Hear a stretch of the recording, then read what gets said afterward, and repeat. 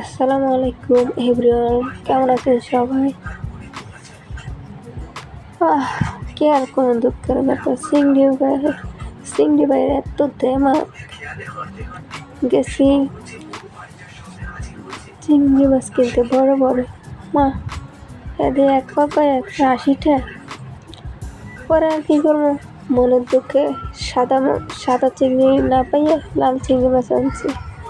এটা একটু দাম কম, কথা আছে না, দুষ্ট বলেছে সুন্দর অনেক ভালো।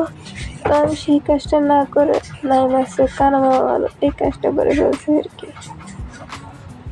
তো আজকে আমরা করবো কয়লা দিয়ে চিংড়ি মাছ দিয়ে ভাজি। তো অনেক দেশে অনেক জেলায় কে কোনটা বলে জানি না, আমাদের এখানে কয়টা বলে সবজিটাকে। তো আমি পেঁয়াজ মরিচ ভাজার পর দিয়ে দিলাম চিংড়ি মাছটা একটু ভাজার পর দিয়ে দিলাম হলুদ,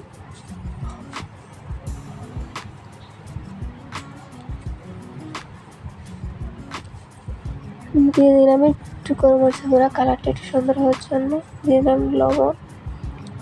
এখন ঘোটানাটা করে রাখতে হবে।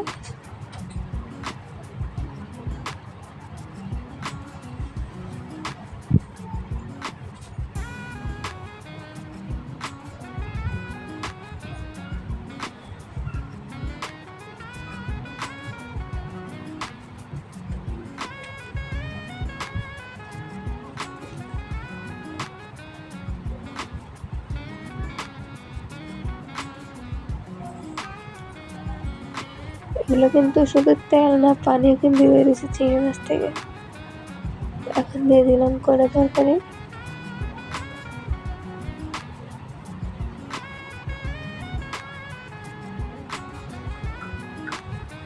কালারটা কিন্তু সুন্দর হয়েছে, কিন্তু ক্যামেরা তো অত ভালো বোঝা যায় না।